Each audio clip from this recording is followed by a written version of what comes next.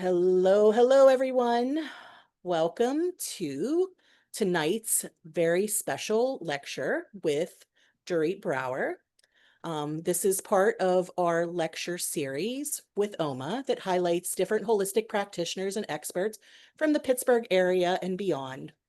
And we invite them to share their knowledge with our attendees as part of our mission to provide individuals with opportunities to explore and honor one's journey regardless of their ability to pay. So as you notice, this is a by donation lecture, and we're so happy that you all are attending. Our speakers are so very generous with their time. They are often volunteering their energy to share their passion with each one of you. So please do show your appreciation by joining their newsletter or liking them on social media and following them in some way. So tonight, I'm so excited and have been eagerly waiting the reflexology discussion that we're about to receive. I want to give a little introduction to Dorit. She's the founder and owner of the Brower Institute for Holistic Medicine and PA's top reflexology school, as well as the owner of Live Your Best Life, LLC. She has been enriching the Pittsburgh region with her talent and skills and tenacity since she arrived here in 1998, just a few years ago. So she is the only teacher of a comprehensive professional holistic reflexology certification program in Western PA. A friend of mine lovingly took her 300-hour reflexology course, and her review of the work was that it was a life transition. It wasn't just a training. She stated that her worldview had expanded exponentially, and she was able to see deeper meaning in everything, which I think is a really high compliment. I can honestly say that for me, when I was a baby sound healer about a decade ago, every time that I heard Dorit's name brought up, it was always spoken with the greatest of reverence, deep respect, and just filled me with envy and gives me all the more excitement to actually be the one to introduce her tonight. So without further ado, I would like to give you Dorit Brower. Thank you. Thank you so much for this great introduction. And of course, we'll start with outside world is a reflection of the inside world. So if you see that in me, so you have it in you. So you're already there. So we'll dive right into the metaphysics. But I actually, well, first of all, thank you everyone for being here. And I kind of would like to start at the beginning, how I got into this, because if somebody would have told me in my early 20s when I was an art student in Tel Aviv, that one day in the future I would have a career touching people's feet for a living and even have a school to teach it, I would have been like, absolutely not. Like I could never have imagined how my life would have unfolded. But the way it started was in Germany's Lower Rhine Valley, where I grew up. I grew up on a dairy farm, milking cows, riding horses, driving tractors. I always wanted to study art. My parents were super strict, so that was nowhere in my future if I would have listened to them. So I'm natural born rebel, and I went through a lot of different places and eventually came to Pittsburgh, which I've chosen as my home now. But at age 15, my best childhood friend, who also grew up on a farm, we both had horses, we rode together. She got diagnosed with lung cancer and was gone within half a year. And that was like my first big trauma in my life, where I'm like, where did she go? Like, what's the purpose? How can life be taken so quickly? And I didn't find any answers at all, not from my parents. My parents had a lot of trauma. They're the World War II generation. Nowadays, psychologists write a lot of books about this generation and the trauma that they carry themselves and also carry on to the next generations. I'm also in the field of family constellation. I studied with Bert Hellinger in Germany. And so I will also talk a little bit about that and how that influences my approach with the holistic reflexology that I offer and also have developed. So yeah, Silke died, and I had no answers, not from my parents, not in school, not in church. At my small hometown, we had a fantastic librarian, and everybody knew about her tragic passing. And I was so curious, and he just fed me all these books. So I got meditation books. I was introduced to Edgar Cayce, the sleeping prophet, who has a center in Virginia Beach. I read books by Raymond A. Moody, Life After Life, Dr. Ian Stevenson, who was a researcher, I think University of Virginia. He traveled to India and researched past lives. And then I got an Edgar Cayce past life book, and just started practicing the meditations. And I felt my whole entire world was opening up. And I was so curious. And there was kind of this place where I felt I could just not live this life that was expected of me. Also, where I come from, it's really conservative and traditional, and I just want to get out into the world. I tried a few different things career-wise, kind of trying the path that everybody else did. And then at 21, I was just like, this is not it. I need to figure out what to do with my life. Took off to Brazil on a 10-week backpacking trip, learned that I have a Hebrew name. I traveled with a lot of Israelis, and yes, it's horrible what's happening in the world if you look at the news right now, but they're fantastic backpackers, really cool people, and I learned I have a Hebrew name. So I'm like, okay, I grew up Catholic on a dairy farm in Germany's Lower Rhine Valley. What's up with the Hebrew name? I went to Israel just to figure out what's up with the name, and learned that a lot of women from my generation actually have this particular name. So let's say, for example, I waitressed. That's how I financed most of my studies. And I trained horses. So one night out of six waitresses, we were four to read, and they gave us numbers. So it's an absolutely typical name. And my mind was just blown away. So one thing led to another. I went to Hebrew school, learned Hebrew, so I'm fluent in English, German, and Hebrew. And then I did everything I was forbidden to do. The first thing I did was I enrolled at one of the best art schools in Tel Aviv, the Avni Art Institute. And then I just was exploring things. I did a lot of yoga. I'm a runner. And then through yoga practice, I learned about energy medicine. So I started studying with Rafi Rosen, who had an Institute for Bioenergetic Medicine in Tel Aviv. So it's not like Reiki, like most of the people I know in the US practice Reiki, but there's also a therapeutic touch, which a lot of nurses practice. So the bioenergetic healing is a little bit different, also long distance healing and so forth, but there's no touch of the physical body. And while I got involved in it, and there were really some exciting cases and healings, I felt there needs to be something else, maybe with touch, but I was absolutely not interested in learning massage because like that was just not my gig. So I heard about reflexology, and I went to a lecture at the school where I later studied, and my mind was just blown away that through the feet, the whole entire body can be treated. Like, how is that possible? And that's, of course, through the stimulation of the nervous system. But it's also entirely based on Chinese medicine, just like shiatsu and acupuncture. So we also work on the energy meridians. So I was so intrigued that I studied it, and I took this training only for myself because I was young. I want to learn how everything works in the body. I was going to art school. Like that was a career I envisioned for myself in the future. I just want to learn like how everything functions in the body to maintain my own health and so forth. Anyhow, during the studies, we had to do a lot of practice work, first of all on each other, but also at my school, they brought in clients from the outside that we worked on. And the way the school system is built up in Israel, it's you get your first 300 hours. So that's a basic reflexologist. Then you get your next 300 hours, and you can get up to 900 hours of reflexology certification. And in Israel, there's a very strong supervision for this profession because it is integrated in the healthcare system. So physicians write referrals. And so there's a very high standard of care.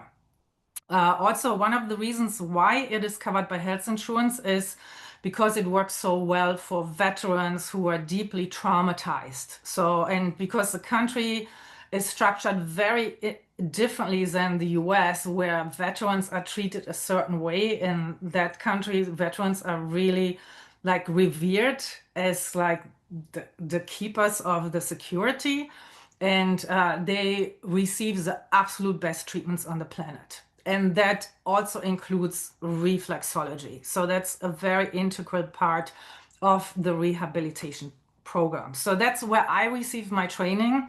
And also, I lived through one war. I was in Israel during Desert Storm in 1991.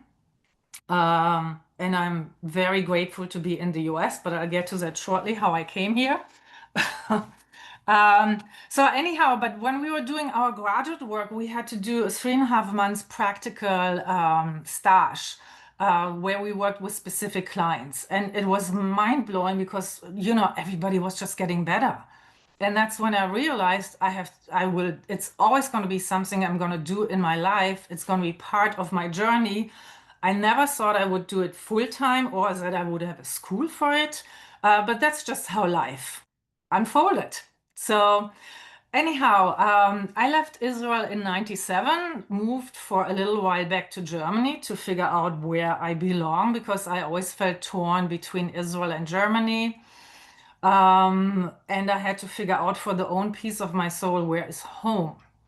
So I was all together for 10 months in Germany, realized after being in this open-minded Middle Eastern mentality, right on the Mediterranean, very open lifestyle, like very, very different than where I came from. I just couldn't stay in Germany. It was too confined for me, and I was ready to go back to Israel. And I actually started dating an American man. And then he asked me to come with him to Pittsburgh. So that's how I came to Pittsburgh in 98.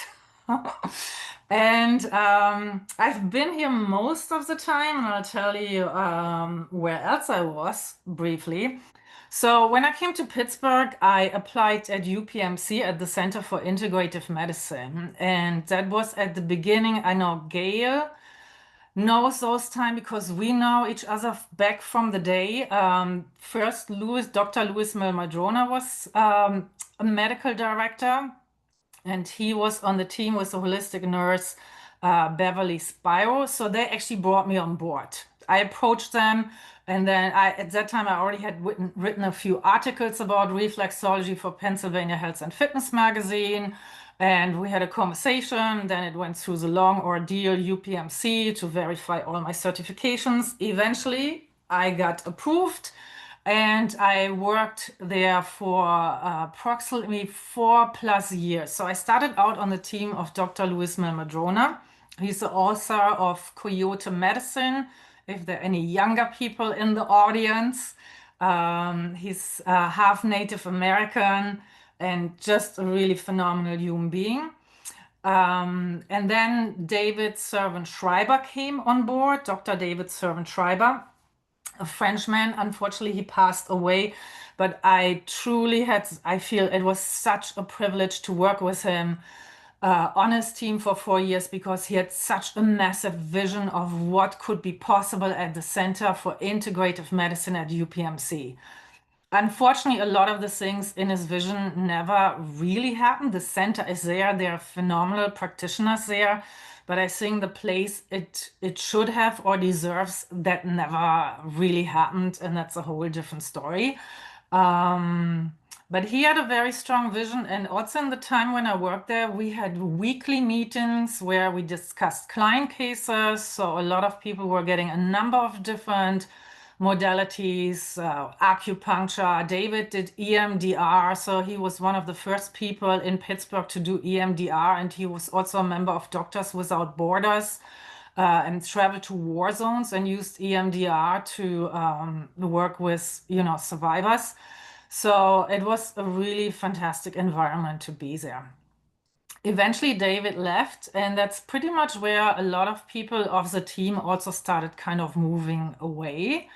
So I continued on my own after that. And for my 40th, I figured, well, I haven't seen enough of the US. I've pretty much been in Pittsburgh and different areas. So at that time, I sold my motorcycle, but I used to ride motorcycles more or less safely for 30 years.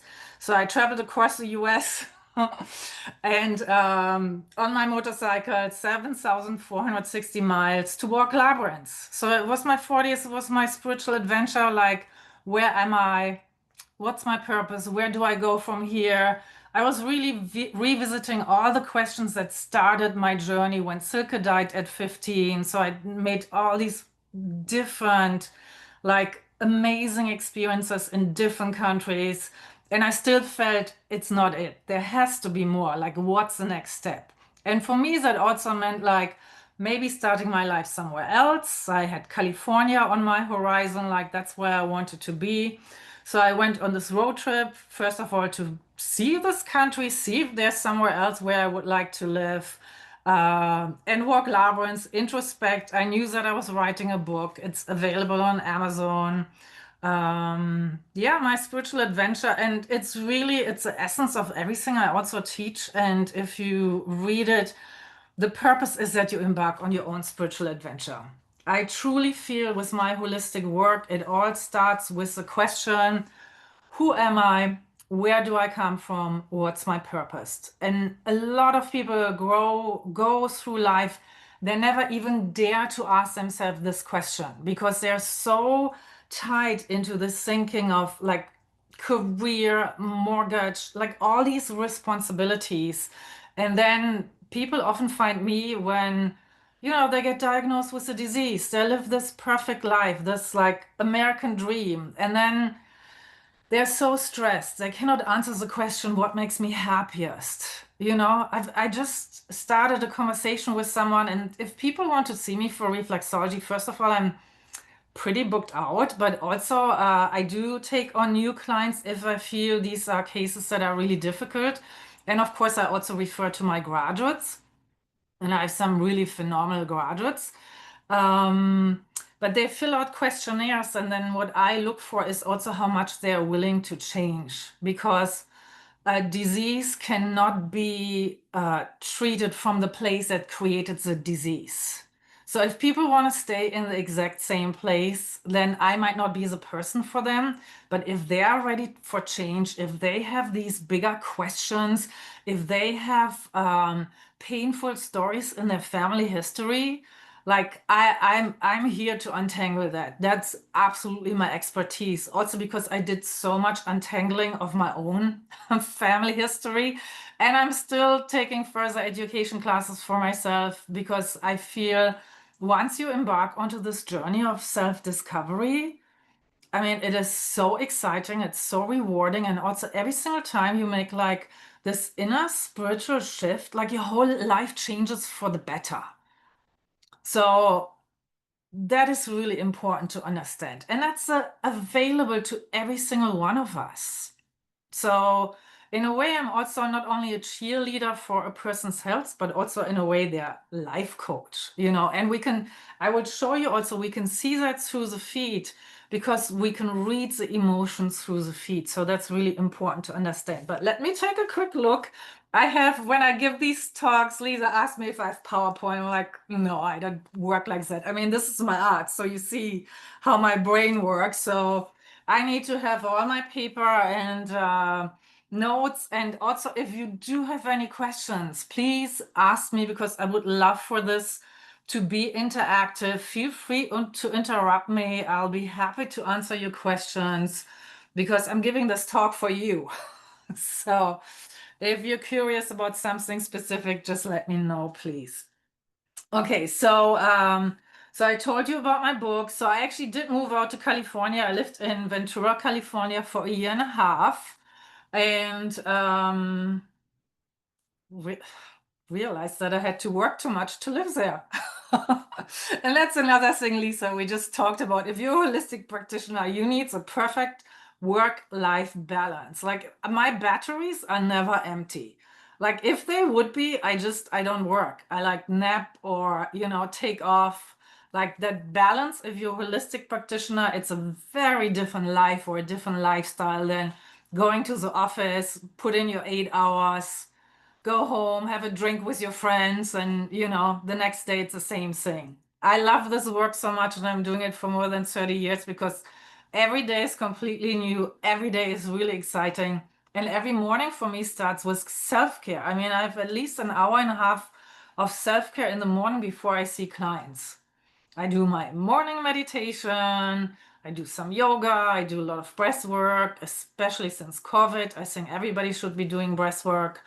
Um, so that's really important. So I'm completely in the flow. I'm neutral, because if I see a client, I need to be 100% neutral to really like connect to what serves their healing journey the most. So being a holistic practitioner also means to take care of yourself first. I mean, otherwise it's absolutely impossible to do this work, I feel.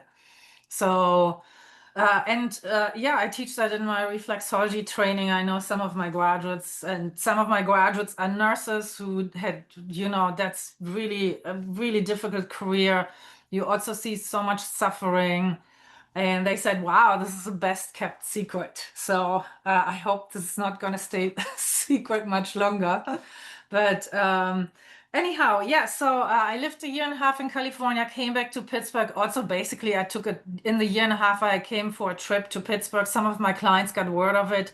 And I got so many emails like that they wanted to see me. So I rented a space for like 10 days, did a lot of reflexology, and then I did the math. I'm like, oh my God, life in Pittsburgh is easy. So I came back. I absolutely love it here because it truly is compared to other places in this country. And I feel it's such a privilege to live here. Also, the energy is phenomenal with the three rivers. And I love nature. I grew up on a farm, so you're out in nature right away, which is also an important part of my self-care. Like to spend a lot of time in nature.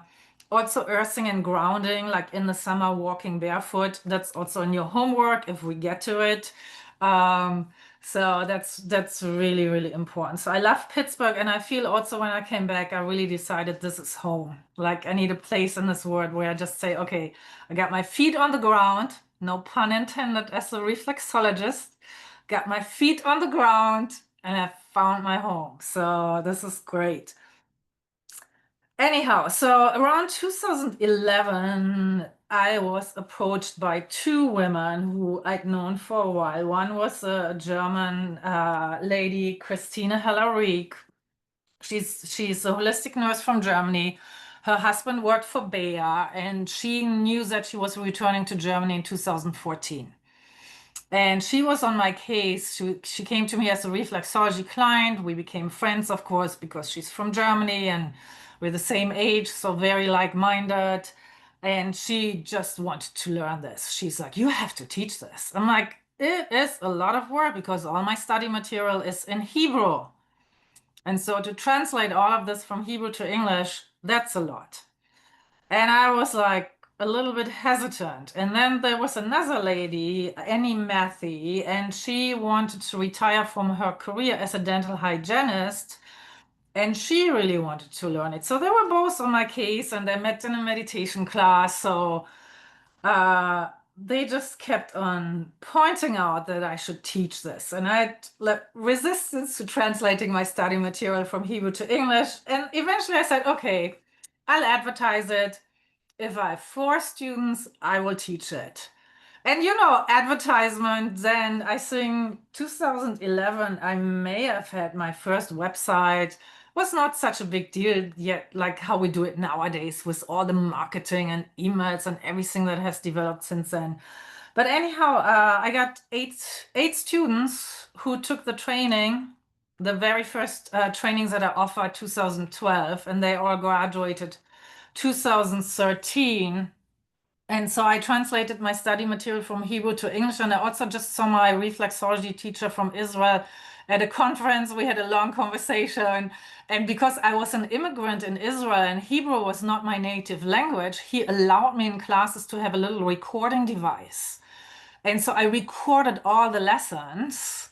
I mean, we had written material, but we only had a little folder with like the foot charts and everything. So a lot of it was just like orally transmitted, all this wisdom. But I had that, and then I had all my recordings, which then I recorded first and wrote them down in Hebrew while I lived in Israel. And I used that material and translated it when I put together my first training in the US. And I still have 600 more hours that I could translate, should there ever be interest for it. At the moment, my school exceeds the level of education required in the US for reflexology. I've been in touch with different organizations. I was also recently asked to be on the board of directors for the educators of reflexology in the US. And when I looked what they were actually looking for and what they're trying to do, I'm like, this, what I offer is so different and it's so much more because in the US, when you hear the term reflexology, oftentimes it's just like the term foot massage. So also a lot of massage therapists offer reflexology. I think the Pittsburgh School of Massage offers 14 hours of reflexology, and that's a training. That's it. So, I mean, you're just touching different points on the feet and hope that they maybe affect some areas in the body. That might be nice. We have places like what's really popular, the foot massage places that are available, but that's not what I offer because what I've learned, it's like like reflexology that's integrated in the medical community, also to specifically address trauma, to guide a person on a journey to healing and change, to become the master of their own health. I mean, my success is really if clients like transcend the disease or transcend the trauma and become self-sufficient. So basically, if they don't need me anymore, that would be my greatest success. However, a lot of my clients love it so much and they then integrate the reflexology into their lifestyle practice or their regular health care, like seeing me once a month or something when they get better. So, people have different needs and we can address them with holistic reflexology. But I think the most important difference is really that all organ systems in Chinese medicine are affiliated with emotions. So, and we look at the emotions and we can see through the feet if somebody has a tendency to be more angry or if somebody has a tendency to be more fearful. So that is really, really important. And then according to that and the foot reading, the holistic reflexologists I put together like a treatment plan in order to get them to a new place. So they're really actively involved in their own healing. It's not like you go to the doctor, you take a pill and hope your headache gets away. And also in Western medicine, like for a headache, everybody gets like because millions of people get the same headache medicine. If you come to me or any of my graduates, the first thing we ask, okay, where's your headache? And so if it's here, that's something completely different, gallbladder meridian. So we check the feet for those points. And anything that emotionally relates to the gallbladder, if it's in the back or in the neck, like here, that's a completely different treatment plan. Anything C1 and neck that also has to do with bowing and humility. So many people have a really stiff neck. I mean, and then I also give exercises to loosen everything up. So my clients, they get homework. But also, in order to get better, and they get a lot of homework sometimes, depending on where they are in their health. And the first thing I also do with them is like they start meditating because they need to learn to get into the alpha wave level activity of the brain. That's where we heal. We don't heal when we are high stress all the time. And I do have a number of clients. Usually it's more the male clients, like who are in high positions. They don't sleep. I have no idea how anybody functions on 4.5, 5 hours of sleep. I would not be able to function. I need my 8 hours of sleep. And I think also like the average 7.5 hours of sleep, that's my goal for my clients if I work with them to get them up to 7.5 hours of sleep. And then also short meditations during the day and power naps. And these are really simple lifestyle changes that completely can change a person's life. So, makes sense to everybody? So yeah, sleep is really important, but let's see where we are. So what is holism? Holism means everything is connected. Like when I see clients, I have to fill out a very comprehensive medical questionnaire. I think it's 7 pages, and then I have a resilience questionnaire. And then a lot of questions that are really important to me are actually not in the questionnaire, but they will be asked in the medical intake interviews that I do with my clients before I see them.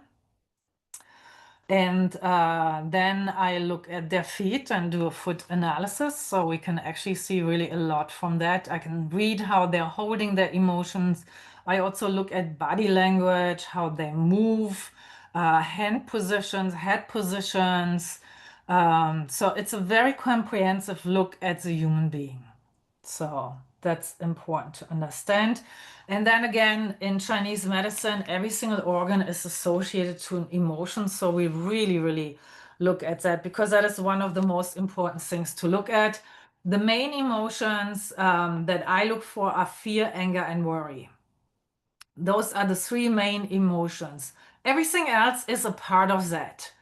So, and again, we can read through the feet which emotions are dominant in a person. So that's important to understand. Another thing that I also look for, and that's in the conversation, and I can also see that through the reflex points in the feet, are the 3 human driving desires. Every single human being on the planet wants to be loved, wants to be seen, and wants to belong. Those are the 3. And that those 3 desires describe every single human drama we see on the planet. I mean, just start looking for your own understanding, first of all, at yourself, but then also at the people in your circle, the people you interact with, your families, and just ask yourself, like, do they belong? It starts with a family of origin, with mom and dad, with the roots. And we see the root chakra in the feet. We have a few different points, and I have my little skeletal foot here. And so there are a number of different points for the root chakra, but the first one is in the heel area. And so we look also for different discoloration, skin texture, and then also the whole calcaneus bone. So here, that's also part of the root chakra. So it's really interesting. Some people have very calloused heels. So here we want to have a little bit harder skin. If there's soft skin, that tells me there's an issue with the roots. The whole middle part of the foot, that's the water element. That's where all the inner organs are located, all the digestive organs. Also, water element flows very quickly. So that's where we can create a lot of change. Then the upper part of the foot is the fire element, and then that's where we find the lungs, the heart chakra. So I also, when I look at the foot, we have the different layers. So we have the reflection of the physical. What's very important to understand, like we do not diagnose, and my graduates are very well educated because I am so on their case that we do not diagnose, because that would be like going to the doctor and they give you a diagnosis. And I work a lot with oncology patients, so we know what havoc it creates when somebody gets a diagnosis. And I hear about reflexologists who are trained in the US, who maybe took a weekend workshop or something like that. And then they see clients and they tell them, oh, I see something wrong with your stomach, something's wrong with your kidney. We are absolutely not allowed to do that. First of all, legally, only doctors are allowed to diagnose. That should be really clear. But also, if you truly understand reflexology, we cannot see that. We can see a reflection of the organ systems in the feet. It's a reflection. So a lot of times, I would say most of the time, what we see in the reflection, the sensitivity, it's not a physical manifestation, it's a potential of something that could happen if clients do not learn the tools to manage their stress, to get enough sleep, to have healthy boundaries and healthy relationships, you know? So that's the approach that we have with holistic medicine. So I read things through the feet, and according to that, I work on creating a shift. And of course, I work on the reflexes of the feet in order to work that out and move it out of the system without the client ever being conscious of it. All they will get if I see something in the stomach area, and I have a client case that I might share later that I just saw today, where I just give them homework for like self-esteem, because stomach, that's solar plexus, and that's self-value, self-respect, self-esteem, and also has to do with childhood trauma. So I look at these different levels. So when I look at a foot, first of all, we have the physical foot. We look at all the structure, the skin, how it feels like. You know, sometimes you can have areas that flow really easy, and then you have areas where energy gets stuck, or people have like warts on their feet and it's in different areas. It all means something. So that's really important to understand. So that's the first thing I look for. Then I do an assessment of the different organ systems, which tells me how a client holds their emotions. And then I'm also a guided imagery teacher, so I also tailor specific meditations for my clients' needs. And I do have a YouTube channel. I do have free meditations on my YouTube channel. And also my graduates, I get 4 meditation protocols. I picked the most powerful meditations for my practice. So my graduates offer them to their clients. So that's really important to understand. Yeah, well, if you seek out a reflexologist, ask them for their qualifications. How many hours of reflexology training did they receive? So you know, and ask them where they received their education. That's really important. Do some research. Do not just offer your feet to anybody, because if you get a diagnosis of somebody tells you something, it's really difficult to get that out of your head, just like a doctor's diagnosis. So we need to be extremely, extremely careful with it. And so my goal is always like, how can I serve a human being? And how can I create a healing space for them that when they leave me, they feel inspired, they've learned something new about themselves, and they've received a tool that propels them forward into their brilliant future. And also my perception of reality is very different, because I am a meditator since I'm 15, so that's a really long time now. I turn 60 next year. So, um, so my perception of reality is very different than most people, because if you meditate a lot, you just see things differently. But also in 2006, I did crash my motorcycle and I did have a near-death experience. And it was such a phenomenal experience. Like, I literally didn't want to come back. It was like the most amazing, everything people always talk about, like you see the light or you feel engulfed by love and warmth and you feel so comforted.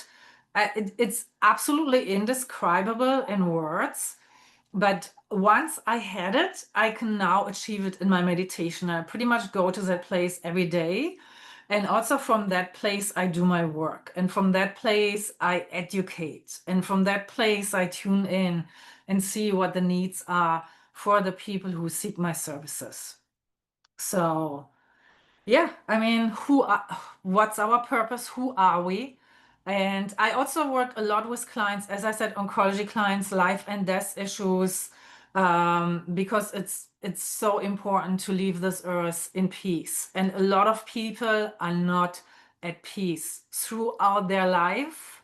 And if they're not at peace as they go through life, then also the death experience can be extremely difficult and painful. And one of my graduates, Linda Monteleone, actually was a hospice nurse during her training with me.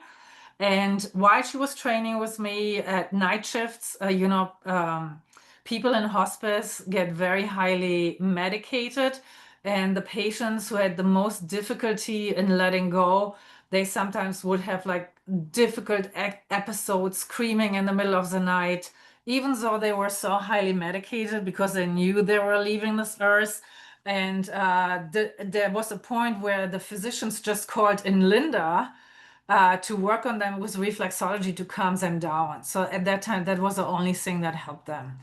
And after she graduated, she had worked for many years in hospice care. She actually started working on babies because there were a few moms in her neighborhood who had newborns and babies had digestive issues and couldn't sleep. So she went from working in hospice to working with babies, and she's actually at the NICU now at children. So it's just fantastic. So um, yeah, but everything starts with the feet, your roots. That's how we walk through life. That's how we touch the earth.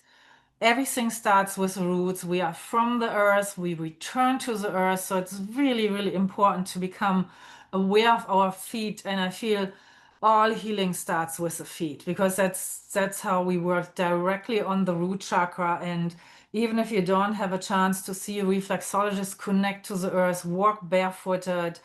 I feel what we see in the modern world and all the imbalances, it really starts with people not being connected to Mother Earth. And that started in the 1950s with development of synthetic rubber soles, where people started disconnecting from the earth. So, and it's amazing how many people never walk barefoot. I know of a client whose physician advised her not to walk barefoot because of the bacteria in the dirt.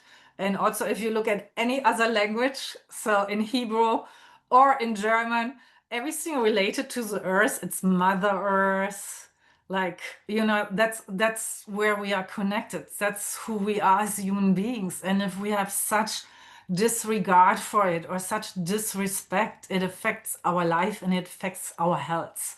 And it's so easy. And I think everybody knows when people go on summer vacation and you can walk barefoot at the beach, everybody feels great and uplifted. Yeah, like you're connecting to the source. We are from the earth.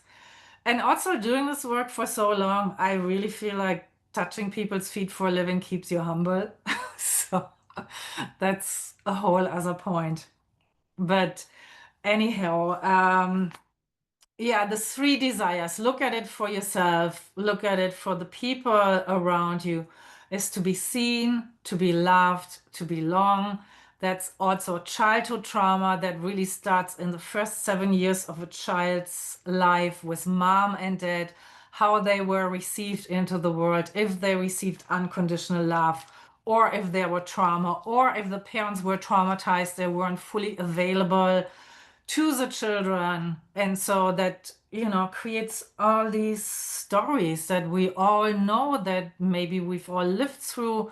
I mean, we're all in the same boat. And life can be really simple. And healing can be really simple if we want it to be. Okay, so let's see. 5-year factor. So one of the things I also look for when I see clients is I go back 5 years in their medical history because that's so you already understand. So reflexology is really a preventative medicine. Ideally, I would like to see people before they get sick so we can work with them on maintaining their health. In the majority of cases, so people come to see me when they already have manifested a disease. Something happened in their life. They're seeking solutions. They may have tried a lot of different things and they find reflexology. And then they incorporate what they're learning with their work with me. And that really, my goal is that they receive tools to maintain their health for the rest of their lives. And just changing something simple can already make a huge difference. But with every disease, look at your own medical history or the people you know. If people, for example, get a cancer diagnosis, that doesn't happen from today to tomorrow. It's not just suddenly. That is a choice that has been happening over a longer period of time. The choice that I talk about are emotions, people who experience a lot of stress, a lot of fear, not able to rest, get resourced, fill up their batteries. I mean, they just at some point run on empty, and then the only way they can receive any rest is by getting sick. So I look at the core, like what led up to it. And it's different for everybody. And also very often, if there are more difficult cases, I also incorporate the family constellation work that I do. And as I said, I learned that from Bert Hellinger in Germany. I had a number of phenomenal German teachers that I studied with. And I also studied at the Hellinger Institute in Washington, D.C. And actually, Mark Woolen in Pittsburgh did my very first constellation in 2000 or 2001. Uh, yeah, and my big question was about Jewishness in my family because I have a Hebrew name. I'm so connected to Israel. I teach and study Kabbalah. I mean, that's where I'm spiritually connected, but I grew up on a dairy farm in Germany, Catholic. So we did a constellation and I did receive some very profound answers. And then it was just clear that's also part of my journey. It's beautiful, beautiful work. And in the family constellation we also look at trauma beyond the individual in the present moment, but also at the parents, grandparents, up to 7 generations back. And in some cases, if there's really significant trauma, even longer. So, and I have a few examples where we can look at trauma. Reflexology works really great for infertility. I've worked with a lot of women with endometriosis, also, which is a great cause of infertility, and sometimes there's sexual trauma in the lineage. But I also had one client I worked with many years ago, and that went back to the Irish famine. So I work with reflexology, and then I also do maybe 1 or 2 family constellations to really shine the light into like the family secrets or like what is unknown. And then I incorporate that again into the reflexology in order to really integrate it into a person's consciousness and also into the physical body, so they can hold that higher vibration that they've received. Yeah, but there were children in her lineage that died during the potato famine because before members came over to the US. And so there was a huge trauma of not being able to hold on to children. And once that was released, and then I worked on all the reflex points related to the female organs and everything that we need to work on for fertility, things totally shifted for her. Yeah, and she has 2 beautiful children. So yeah, so we look at the bigger picture. So in this work. Also, one of the things I want to point out about the healthcare system, the modern day healthcare system, in Chinese medicine, where reflexology originates, the task of the doctor was to take care of the health of the population. So actually, doctors wouldn't get paid if the population got ill. And that is a very, very different approach than what we do in holistic medicine, you know. So I just want you to pay attention to that. So we do not have to get sick to start thinking about our health. And preventative medicine is really the highest form of medicine. Okay, I'm looking at the time. There's so much more I could tell you, but I want to go on to how does a reflexology session look like? So you receive a comprehensive medical questionnaire. And by the way, were there any questions in the chat? Let me take a look. No, not yet. Please feel free to ask. Put your questions in the chat. I will be very happy to answer. I would love for you to be involved in this conversation, and it might also get more interesting than just me telling you. So yeah, when somebody sees me for the first time, they have to fill out a very comprehensive medical questionnaire. They fill out the resilience questionnaire, so I already get a lot of information before I take the first look at their feet. Then they get the foot analysis and a lot of things I will not share in the first session because I do not want to overwhelm my clients, but eventually we'll get to it slowly but surely. It's a very, I feel it's, to me as a practitioner, it's very satisfying. Also because it's new with every single client. I always tell my reflexology students that it's like a little bit like being Sherlock Holmes, because you have like all this information, then you look at the feet, and then you put together the pieces of the puzzle. And also people come to us with their whole big lives that they already lived. Like if they're in their 40s or their 50s, there's so much history that we can read through the feed. It's so rich. And we want to honor that and just like elevate them to the next better place. Um, Mary, thank you for your question. Do reflexologists use highly developed intuition in your work? My graduates do. Yes, in their training, they do have a lot of meditation. The first 10 lessons of the 50 lessons. So my training has 200 classroom hours and 100 home study hours. They have to submit a graduate work, which is a 10-week protocol. They submit an earthing protocol, and I'm continuously in touch with them if questions come up, also after graduation.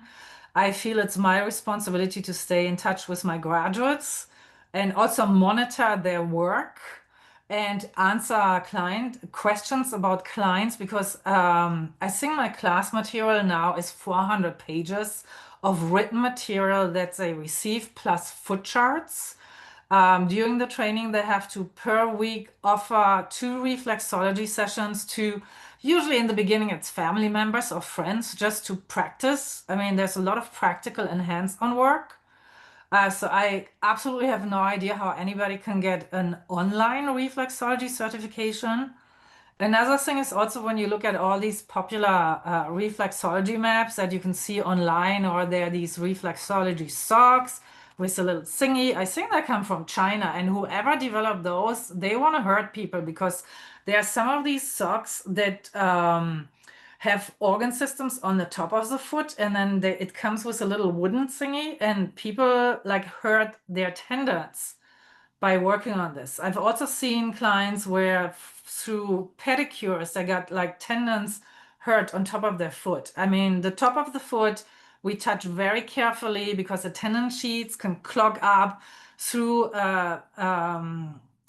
strong stimulation. And if there's inflammation, it's a very long and painful process to get rid of it. So that's why I emphasize again and again, if you see somebody for reflexology, make sure that they are highly qualified. And I am a member of the Reflexology Association of America. My graduates are eligible as advanced practitioners. So basically, it's the highest level in the US with the Reflexology Association of America, which requires in their base curriculum 200 hours, but they also include facial reflexology, ear reflexology, and hand reflexology. So I only work on the feet, and the modality that's covered in Israel, it's only on the feet. And if you truly understand reflexology, that's the most powerful place where we can work on people. Because the feet, first of all, it's the most hidden part of the person. Also, it's the lowest part of the body. And also it's when somebody lays down, I'm like right in the energy. I can access all the meridian points that reach into the legs through the feet. And I can bring my client to the middle when I work on both feet simultaneously. And I work with their consciousness. I always guide my clients through meditation and relaxation exercise, which also allows them to receive the tools to relax themselves when they don't see me. And you know, that does not happen if you have your practitioner having a conversation with you. I know of reflexologists in Pittsburgh, they have a lengthy conversation with their clients. So you stay always in the higher brainwave level activity and in the stress levels. Like when people see me, we are not talking. I only talk if there's maybe a sensitive spot during the first session, or if something comes up for them. Sometimes people have a healing crisis if I hit certain spots, or they start crying because we touch something that is deeply emotional, or if we have trauma release. So that's what we call a healing crisis. But the majority of cases, we don't talk. I want my clients to relax, I want them to get into the alpha wave level activity of the brain. That is a pre-sleep state of mind, that feeling of floating between falling asleep and awakening. That's where the self-healing power of the body is activated. That's a healing state. It's super relaxing. My clients always say it feels like a mini vacation after they see me. And yes, so the work I offer is highly intuitive. Also, all my graduates, everybody needs to meditate while they're going through their training. I mean, we cannot do this work if we don't meditate. And when I see clients, I meditate the whole entire time. Also, scientific research shows if they did a study, I think it was at Stanford, one of the big universities, where they wanted to see if the brainwave level activity of the professor affects the students.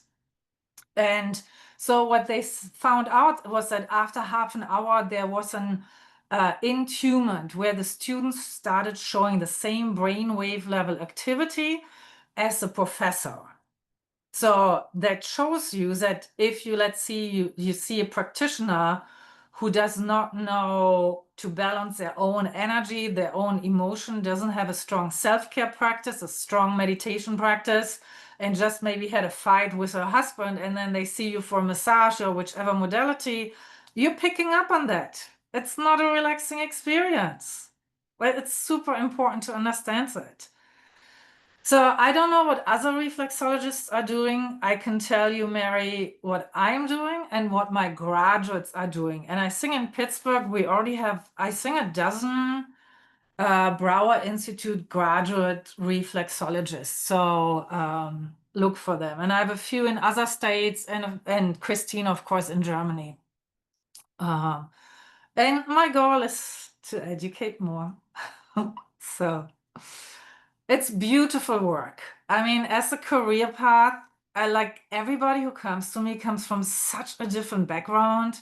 I had one lady, she's a PhD in math, like completely different thinking. Her son got sick with environmental allergies after they bought like a mattress in the home. And so he got sick and she got sick, and they wanted to find solutions. And then she got so intrigued with this work that she took the training, and she's a phenomenal practitioner. So it's like everybody has their own story how they get to this. One of my graduates has a PhD. Two of my graduates have PhDs in physical therapy, Pilates teacher. Yeah, it's such a privilege for me to spread the love, because one of the lessons in my classes is also like my students and graduates, they need to evaluate why they do this work. It's really important to understand. And you need to come from a place of love, not from a place of validation, and not from a place, oh my God, I'm so great. My clients are getting better. Like that's what it's not about. Because if the clients hear that's not, I open doors, I have absolutely no attachment to the outcome. And wherever people are on their journey, I bow in front of their destiny. That's really important to understand. This is not an outcome modality where we measure success. And that is also, I mean, there's enough scientific research available. And when I was on the team with Dr. David Servan-Schreiber at UPMC, we tried to put together, and that was the early 2000s, we tried to put together a scientific research study also because he loved the work, and a lot of physicians at that time referred clients to me and also students for meditation classes. And we wanted to put together an American research study. And we didn't get any funding. We worked with a nephrologist and to get funding for a kidney disease. And we never got the money because there were never any previous studies in the US. And the reason why we picked kidney disease, because just at that time, a study was published about acupuncture where they saw results with needling the kidney reflexes. So we figured that would be a really good start because there's already a Chinese medicine study with acupuncture in the US. And there's so much scientific research in other countries, but there was none in the US yet at that time. And the very first one that came out I think it was 2010 or 2011. I think in Michigan by an oncologist. So they at an oncology department. They used reflexology and created the first US-based scientific research study for reflexology. What we do have to realize, though, this is thousands of years old. So sometimes people say, ah, this is new age. And no, I'm sorry, it's not.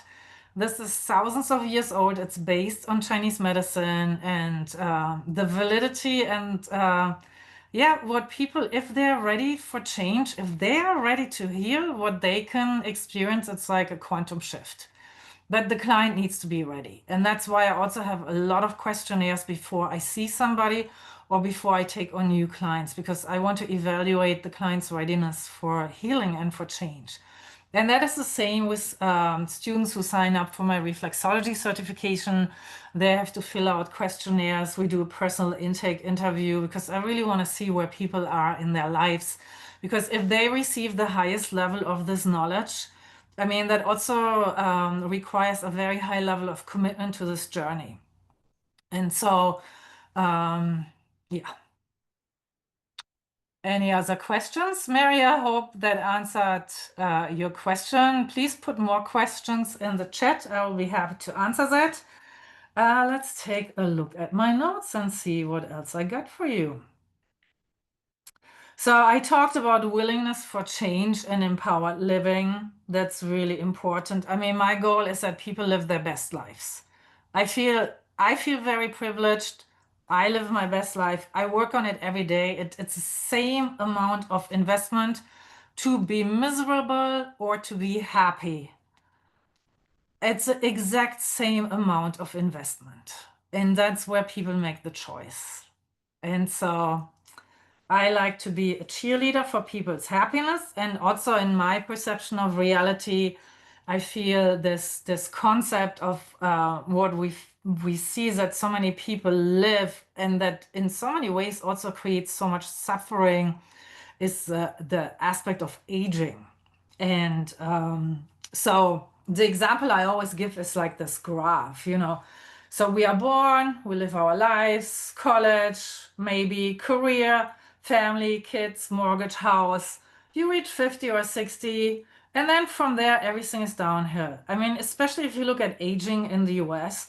And also, what's mind blowing to me is how many people are medicated, the level of medication in younger people. I'm sometimes baffled by how many young people are on like 4 different medications.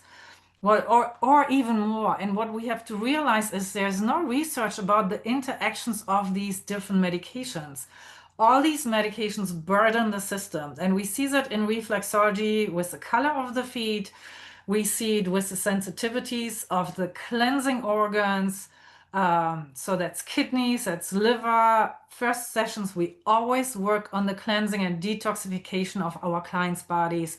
So that's urinary system, lymphatic system, digestive system, and then everything else that's needed. And depending on the amount of medication, what people have been through in their medical history, you know, sometimes the cleansing and detoxification might take up a lot of time. Also really important, again, the mindset. As a reflexologist and doing this for more than 30 years, I usually know if I feel that my clients are receptive, how quickly they can shift. So I do have an average of when they should get better from my point of view. Let's say reflexology works really great for migraine headaches. One of the reasons is also like feet, opposite end of the body. We're just like bringing everything together, balancing like from the root up, but at the same time also from the highest level. And I had a client many years ago. That was at the beginning of my career in the US. And she came to me for migraine headaches, and she loved the sessions. It was so relaxing. After session 8 or 9, she wasn't really getting so much better. I mean, the frequency shifted a little bit, but it was not super significant from my point of view. So eventually I asked her, can you imagine yourself without the migraine headaches?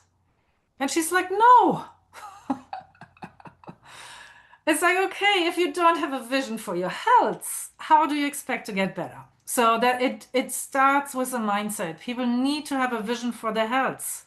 And then I have all the tools in my toolbox to assist them, to jumpstart them, and to help them on their healing journey. But again, it all depends on the client's readiness to heal. Um, Lisa, do you offer teachings in reflexology for everyday people who don't want to be practitioners but do want to receive the wisdom of the practice? I would love to, but no. And the reason is, well, sorry. The reason is because I offer the highest standard of reflexology. I'm running a full practice.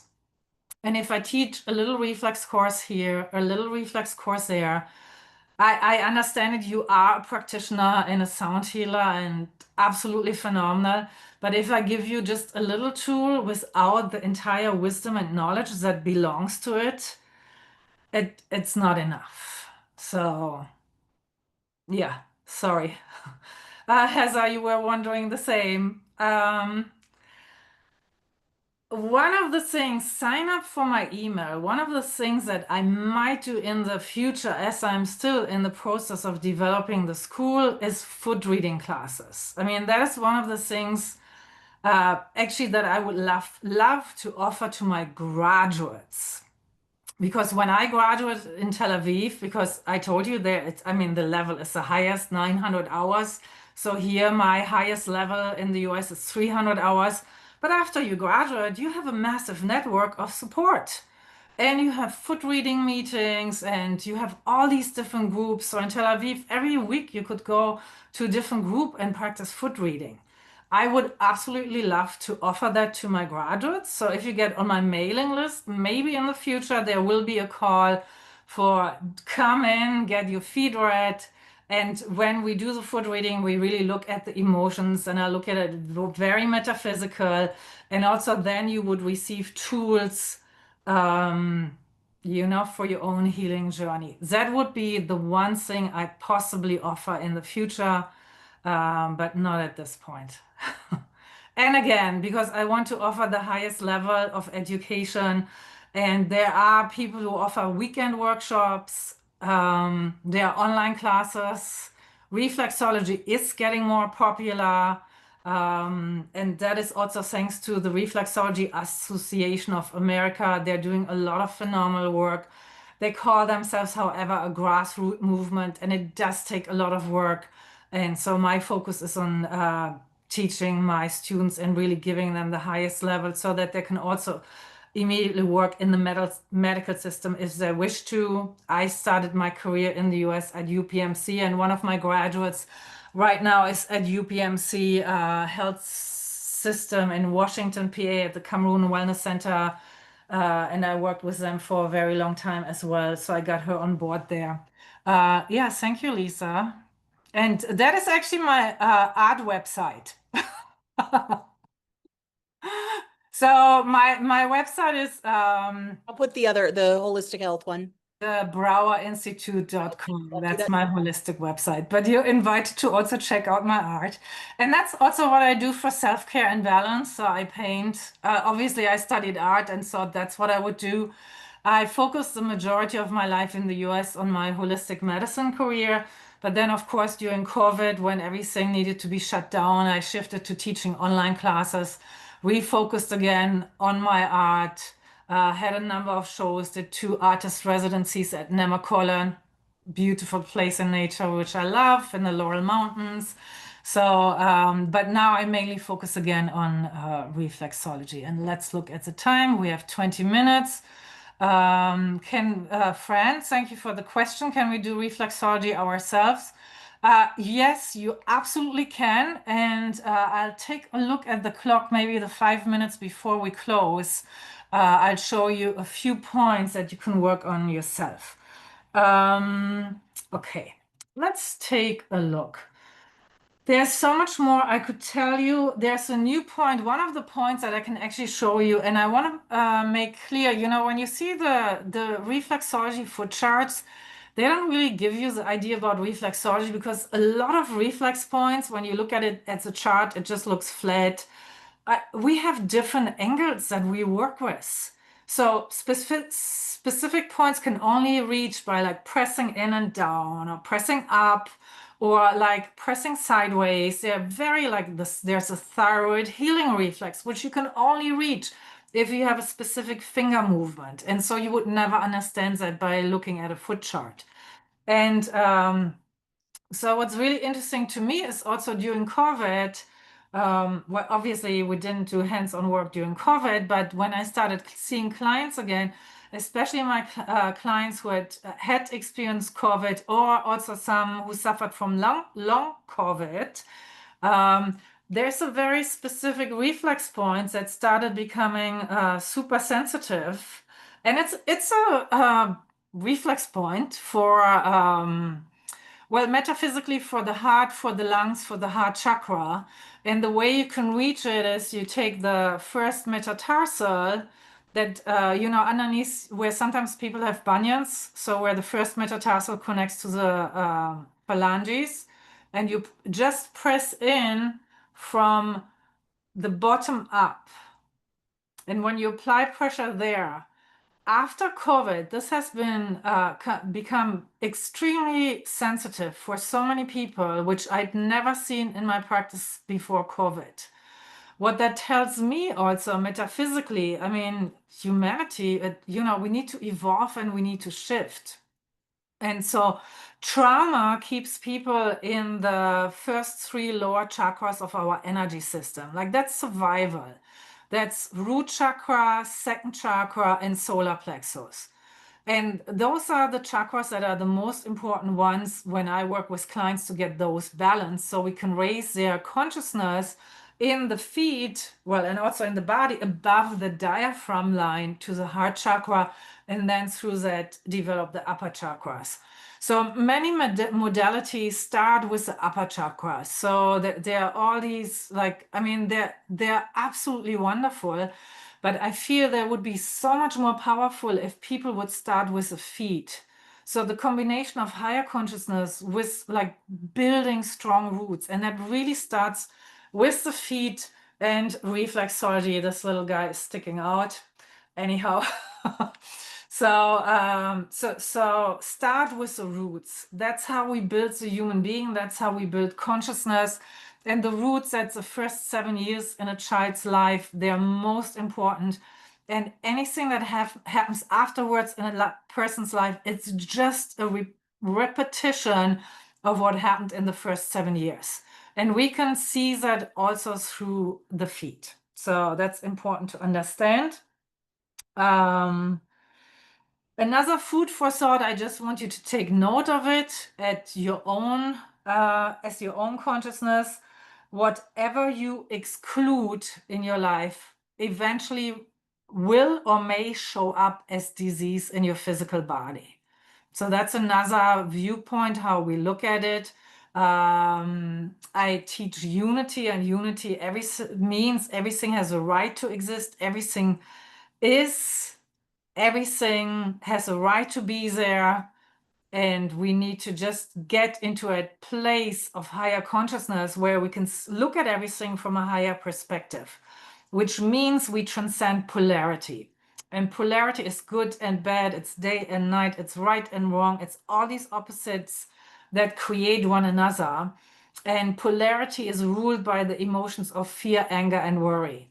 So from my point of view, everything below the diaphragm line, that's polarity. And then once we begin to ascend consciousness, we enter into these realms where people have that larger picture, this larger overview of their life, and they can be more at peace with themselves, with their own history, no matter what happened.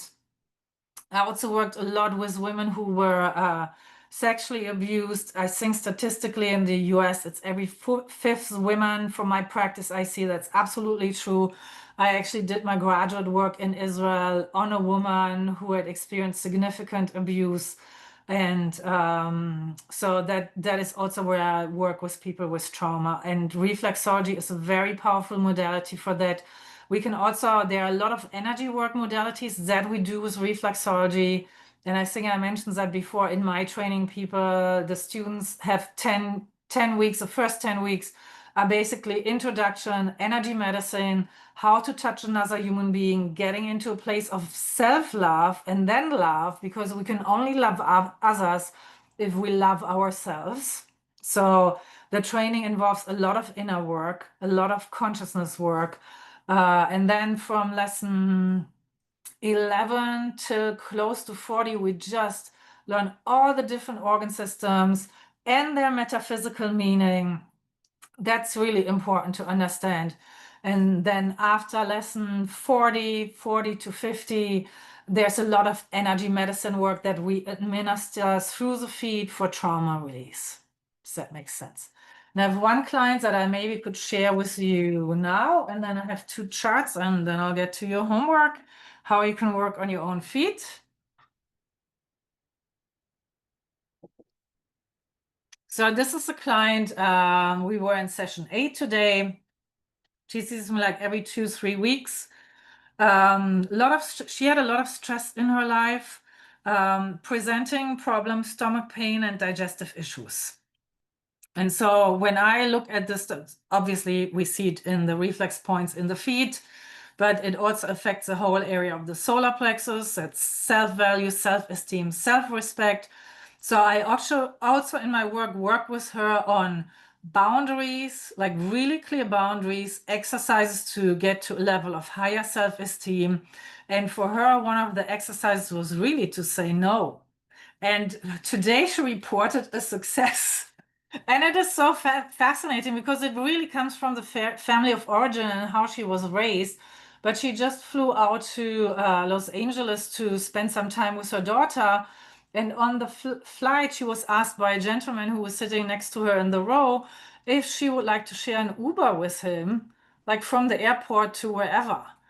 And her first thought that went through her mind was like, oh my God, he needs my help. I need to help him. I'm going to assist him. And like, maybe my daughter can give him a ride.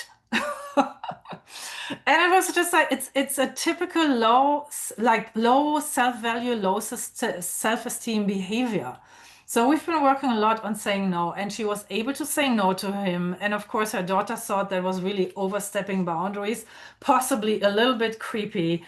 But the question I asked to her was also to look at what was this gentleman's driving desire when he puts that upon her. Like why? And that's I also want to ask you, like when you interact with people, you look at yourself and you look at your own responses. But if people present you with something, ask yourself, what is their driving desire? Like, not only what do they want from you, but what is the underlying cause for this type of behavior? And for this man, I don't know the scenario I'm, imagining could be somebody who doesn't feel loved and he needs a lot of attention from the people in the outside world. So, but to get back to my client, it's about learning to put really strict boundaries and to be able to say no. And that ties in with self-care, high esteem, high self-value. So that's really important. Okay, Heather, let's see. I apologize if you already mentioned this and I missed it, but for those who go through your training, do they require a medical or massage license? Oh, thank you for that question. That is great. Yeah, touching you typically requires massage. So here's what happened. PA is exempt from the massage law, and there are quite a few states who are completely exempt, and some where a massage law doesn't exist. So what happened? So my graduates, if you're in PA, you can practice. And I actually have a lady who wants to take the training and move to Montana. So we looked it up. No regulations in Montana.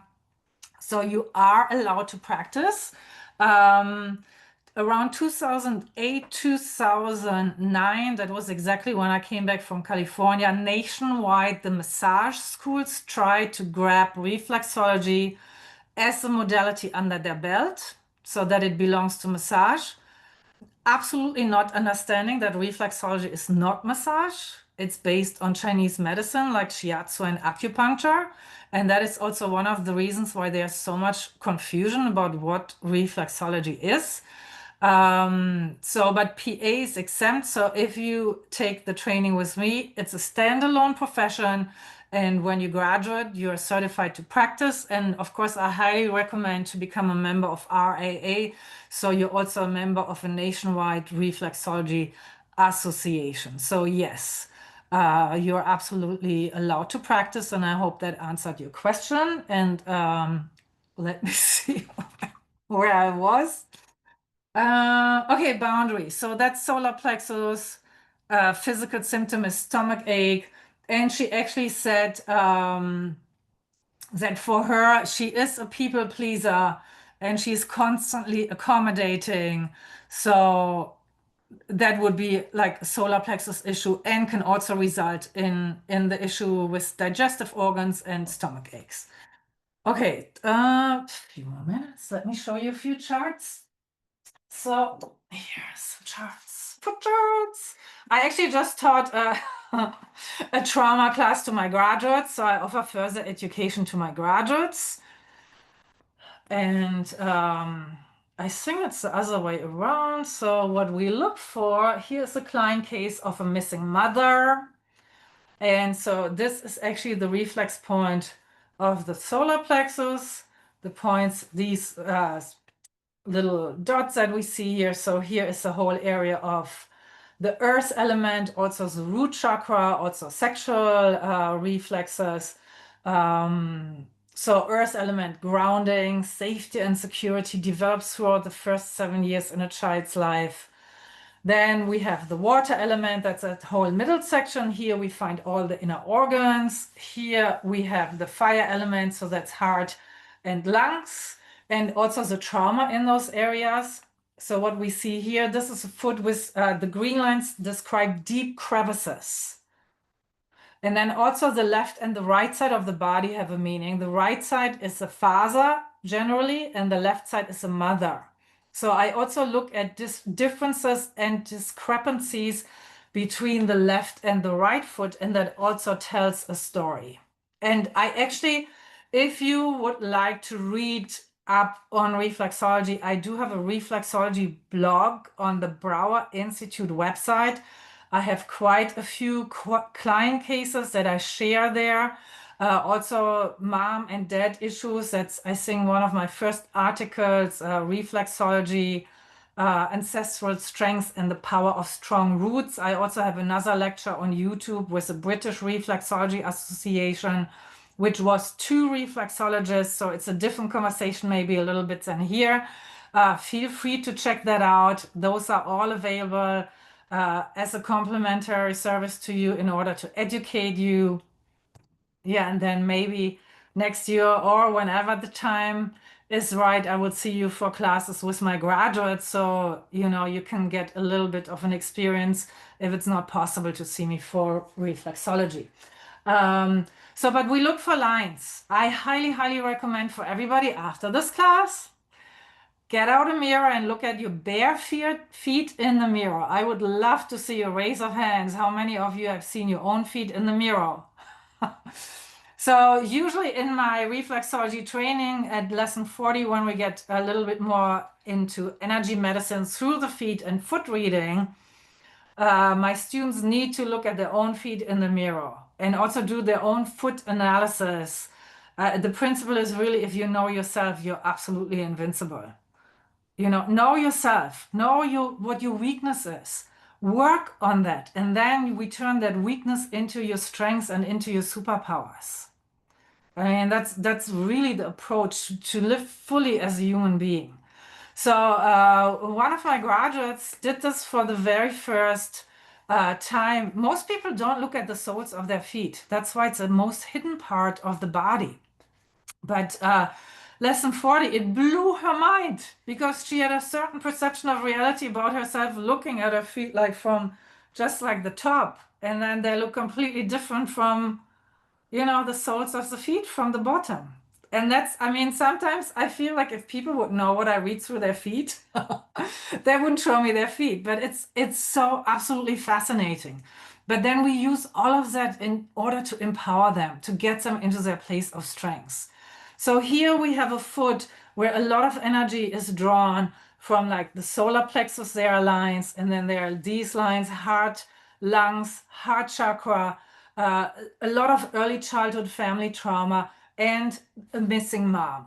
So we can see that in the feet. And these are things, also the structure of the feet tells me a story about like a person's talents. Are they extrovert? Are they introvert? How do they walk through life? So we can see so much through the feet. So in this case, we have a lot of lines. We also have very specific lines in the area of the thymus gland, and so that's associated with playfulness. And the client also reported she was a very serious child and didn't like to play. So we have that, for example. And then, of course, the task as a reflexologist is how does she bring more playfulness in her life? Take away a little bit that seriousness, like create a healing through allowing her to be this little girl again, like activating her inner child. So that's part of the healing journey. And then one more. Let's take a look. This is a gentleman who lost his father also very early on. And there's also a little story behind it with regards to family secrets. And here's a very interesting foot because here we have the green lines again. They describe how the energy is connecting. So again, the self-esteem is affected solar plexus, right? Below the diaphragm. And the energy is drawn to the cranial nerves. So, and the cranial nerves have to do with perception of reality, how we see the world, how we hear, like it's all about perception of reality. So if there is an imbalance or if there is a pain, we cannot take in the world as a whole. Like it's filtered through our senses and through our trauma.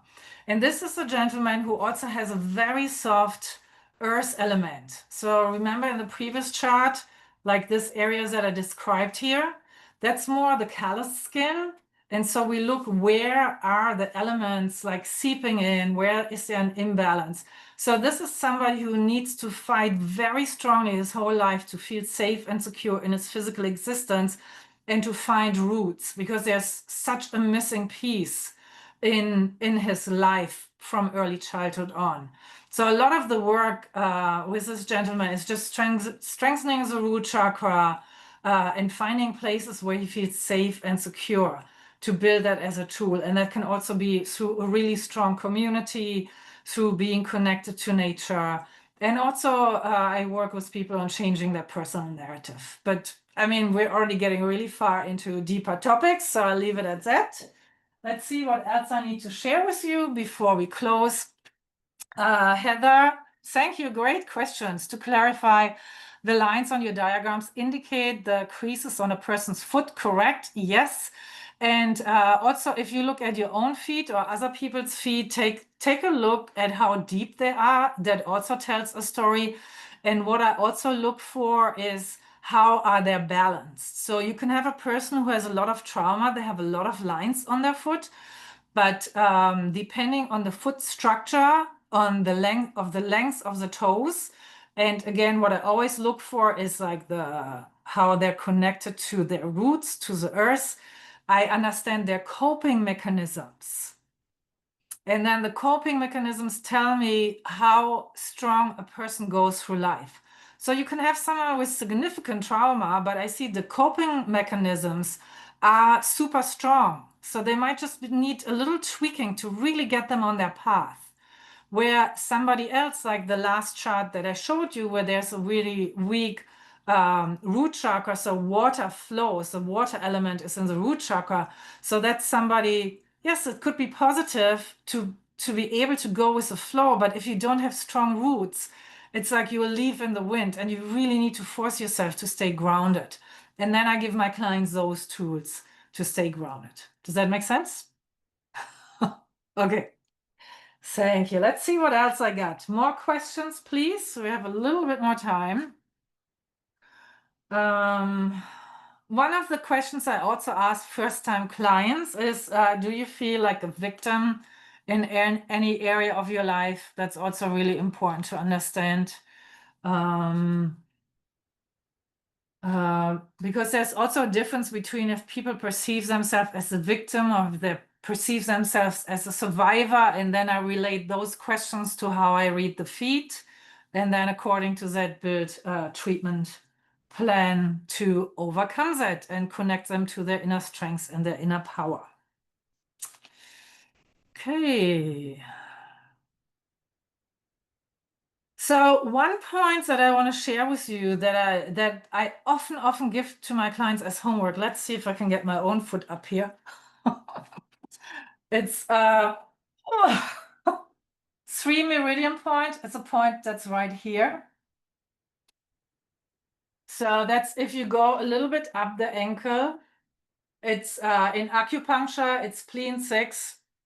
It's a super powerful point where 3 meridians meet, and it's oftentimes sensitive. So you just go with the length of your fingers, width of your fingers like this, up your medial ankle, and look for sensitivities. Or you can also just generally massage along that area. When I give my in-person talks, I usually walk around and touch this foot for people, this point on the foot for people. So we cannot do this online. So spleen 6 is a really important one. I do recommend footsie rollers. You know, you can get those foot rollers. Anything to stimulate your feet. I know a lot of, I think chiropractors like to give tennis balls. I'm not such a big fan of them because when you roll a tennis ball, like you tighten the muscles of your foot. So it's not relaxing. But if you have the foot rollers, you know which ones I mean, like the foot wooden ones, you keep the soles of your feet, relaxed and work your way along. And that generally just gives an overall stimulation of all the important reflex points. So it's a very general stimulation, but it can also be really powerful, especially if you do it every night before you go to sleep. I'm a really big fan of these yoga toes. Fran, do you have yeah, Fran, you have a foot roller? Yeah, great. Yeah. And there are different kinds. There are also the ones that are where where they're closer to each other, so they give more stimulation. There are different kinds. Find your favorite one. Any stimulation to your feet is helpful. Again, we do not get enough stimulation to the feet, so it's really important. Also walk barefooted. That's really helpful. Great. Lisa put in an example. And I think I got these. The original website was Yoga Pro, and I think now it's if yoga toes. I don't know if they make these anymore, but I know clients of mine, especially if people have a little bit tendency to a hallux valgus, that can be a great prevention. And also there are yoga toes that are like, they're a little bit flimsy. Like you don't want the ones that you get from a pedicure. Like you want these really rock solid rubber ones. Put them in, start with like 10 minutes, 20 minutes. And that also relaxes the whole middle of your foot, the fascia, the muscles, and so forth. Wear good shoes. Really important. Wear good shoes. I always cringe when I see like little girls in high heels. So, because that affects also the skeleton in their growing years. So really important. I think that's the most important things. And shoes that fit. You can get your shoes fitted. In Pittsburgh, in the South Hills, we have Fleet Feet. I've sent a lot of clients to Fleet Feet. Now they have even a computer system where they just measure it. So I mean, it's phenomenal. You want to know that you have the right shoes. So many foot problems also cure because people are wearing the wrong shoes. And that's a really simple fix. So yeah. If you can, see me or Brower Institute graduate and check out the difference. You know, I mean, any work to the feet is great. Just if you find somebody who's not fully qualified, be extremely careful if they tell you something, because the most important things that we see through the feet, we want to work it out right away so it never manifests as a disease in the physical body. Like preventative medicine is the highest form of medicine. Do you find any benefit in using shoe insoles that have crystal gemstones or pebbles? Short-term use, only short-term use, like not for long. As a reflexologist, I've experimented with everything, so I have a few fun stories. Um, but in Tel Aviv, I used to walk to my reflexology school. It was a pretty cool neighborhood. And in Germany, they just came out, Birkenstock just came out with these new reflexology massage sandals. And you know the Germans, so they are like really tough, no softness, like really hard knobby thingies. And it said on the instructions to only you start slowly, wear it for 10 minutes. I'm like, I wear them walking to school. I did. And then I could barely walk back. And then I got into a massive healing crisis. I think I was sick for like 2 days. So, because they obviously work. So they do work, but use them with caution, follow the instructions, and you know, whatever works for you. And also walking barefoot on, if you have round pebbles, I know I also built labyrinths, and I think it's in Massachusetts, they have a labyrinth with like soft pebbles to stimulate the reflex points in the feet. That's all great. Like anything to stimulate your reflexes.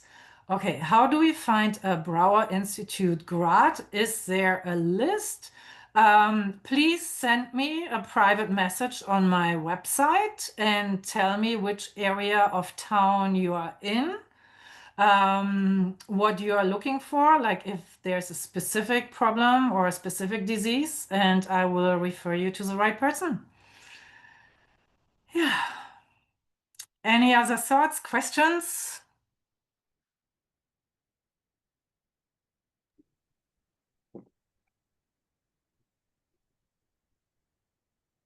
Well, thank you very much.